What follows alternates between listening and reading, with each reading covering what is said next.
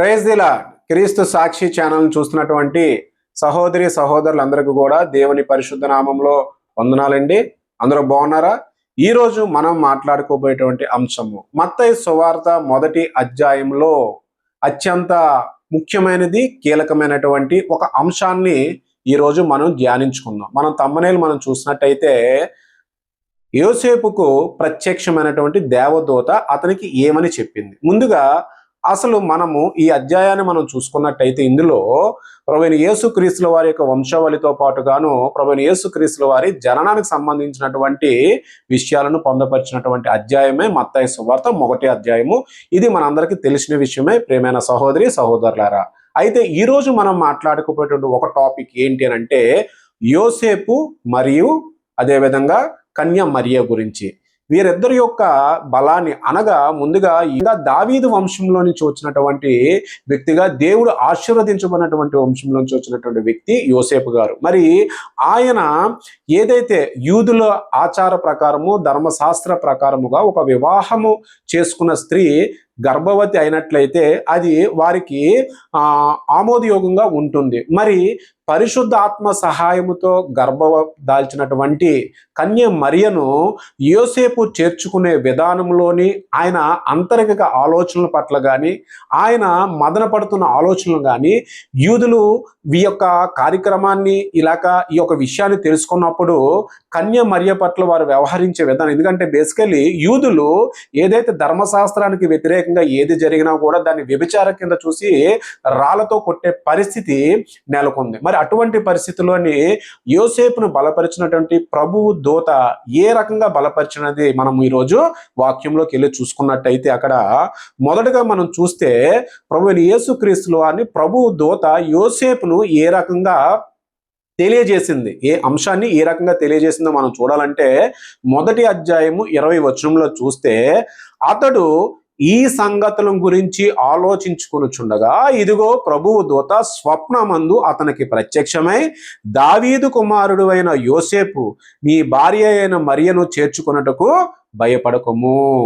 నీ భార్యను చేర్చుకున్నట్టుకు నువ్వు భయపడాల్సిన అవసరం లేదు. ఎందుకనంటే సాక్షాత్తుగాన పరిశుద్ధ ఆత్మ సహాయముతో ఆమె గర్భం దాల్చిందని చెప్పి నీతిమంతుడైన యోసేపుకు ప్రభువు దూత వచ్చి వర్తమానం తెలియజేసినప్పుడు ఇంకా ఏం జరిగిందనంటే ఆమె గర్భము ధరించినది పరిశుద్ధ ఆత్మ కలిగినది. ఎందుకంటే యోసేపుకు పరిశుద్ధాత్మ చాలా క్లారిటీగా జరిగినటువంటి ఆ యొక్క దర్శనాన్ని ఆయనకి తెలియజేస్తుంది అనమాట. ఆమె పరిశుద్ధ ఆత్మ వలన గర్భం దాల్చినది, దేవాతి దేవుడు పరలోకము నుండి పంపించినటువంటి ఆ యొక్క పరిశుద్ధ ఆత్మ ద్వారే ఆమె గర్భం ధరించినది, ఆమె పట్ల నువ్వు ఎటువంటి అవమానము అవసరం లేదు యోసేపు అని చెప్పి నీతిమంతుడైన యోసేపు ప్రభువు దూత ద్వారా హెచ్చరించడం జరిగింది. ఆ తర్వాత మనం చూసుకుంటే 21వ వచనంలో ఆమె యొక్క కుమారుని కనును, తన ప్రజలను వారి పాపముల నుండి ఆయనే రక్షించెను, గనుక ఆయనకు యేసు అని పేరు పెట్టెదవు అనెను. హల్లెలూయా. ఏదైతే ఇక్కడ మనం చూసినట్టయితే దూత యోసేపుకు తెలియచేయడం జరుగుతుంది. ఏంటి అనేది మనం చూసినట్టయితే ఆమె ఒక కుమారుని కంటుంది పరిశుద్ధాత్మ ద్వారా. ఆ పరిశుద్ధాత్మ ద్వారా కుమారునికి ఆమె యేసు అని పేరు పెడుతుంది అనే విషయాన్ని కూడా అక్కడ యోసేపుకు దూత తెలియజేయడంతో పాటు ఒక గొప్ప మాటని, ఏ మాటనంటే తన ప్రజలను వారి పాపముల నుండి ఆయన రక్షించెను. హల్లెలూయా. ప్రియమైన సహోదరి సహోదరులారా, ఏదైతే తండ్రి చిత్తము చేత ఈ సమస్త జనులందరూ సృష్టిలో ఆయన ఏర్పరచుకున్నటువంటి బిడ్డలమైన మనం అందరం కూడా ఆయన ప్రేమను పొంది ఆయన కృప ద్వారా ఆయన మహిమ ద్వారా నేటి వరకు మనం జీవిస్తున్న సంగతి మనందరికీ తెలిసిన విషయమే.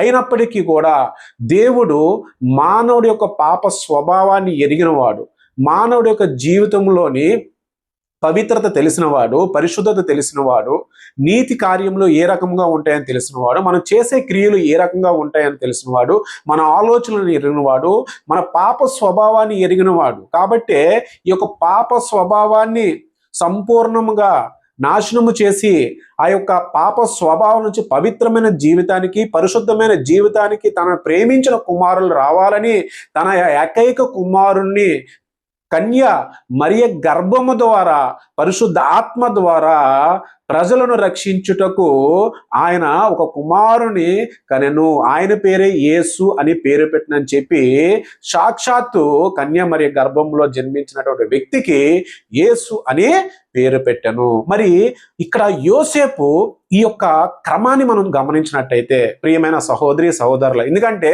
యోసేపు మనసులోని వారి యొక్క వైవాహిక జీవితం ఎంత గొప్పది అనేది మనము 24వ వచనంలో మాట్లాడుకుందాం.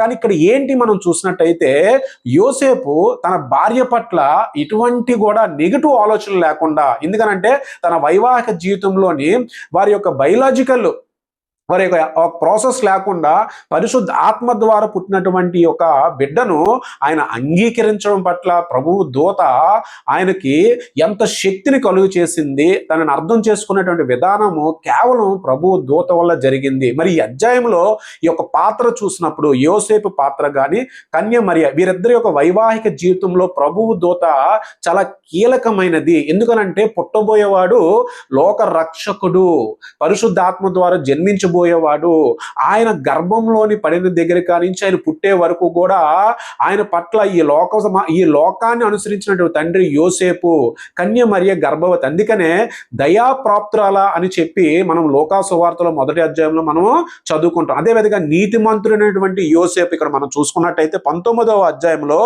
ఆమె భర్త అయిన యోసేపు నీతిమంతుడే. అంటే యోసేపు నీతిమంతుడుగాను దయాప్రాప్తురాలంటూ కన్యమరకి వీరిద్దరి యొక్క కలయిక ద్వారా పుట్టినటువంటి బిడ్డే ప్రభువైన యేసుక్రీస్తుల వారు. ఆయన ఒక పుట్టుకకు కారణము, ఆయన పుట్టుక ఈ భూమి మీద జన్మించినంత వరకు కూడా ఆ యొక్క విషయాన్ని చాలా క్లియర్గా యోసేపుకు అర్థమయ్యే విధంగా ప్రభువు దూత యోసేపుకు సహాయముగా మంచి జ్ఞానాన్ని కలుగు చేసింది. మరి వీరి యొక్క జీవితం ఏదైతే యోసేపు కన్యమరియల యొక్క జీవితాన్ని మనం చూసుకున్నట్టయితే 24వ వచనంలో మనం చూసుకుంటే, అంటే యోసేపు నీతిమంతుడుగా దేవుని యొక్క ప్రణాళికలో భాగంగా జరుగుతుందని తనకు తాను అర్థం చేసుకుని తన భార్యను ఎంత జాగ్రత్తగా చూసుకున్నాడని మనం చూస్తే, యోసేపు నిద్ర మేలుకొని ప్రభువు దూత తనకు ఆజ్ఞాపించిన ప్రకారము చేసి తన భార్యను చేర్చుకొని ఆమె కుమారుని కను వరకు ఆమె ఎరగకుండాను. ఏదైతే ప్రభు దూత దర్శనమందు తనకు తెలియజేసిన ప్రతి మాటను కూడా తన హృదయంలోని తన మనస్సులోని తను భద్రపరుచుకుని తన భార్య పట్ల ఆయన ప్రేమ కలిగి ఉండి ఆమె పట్ల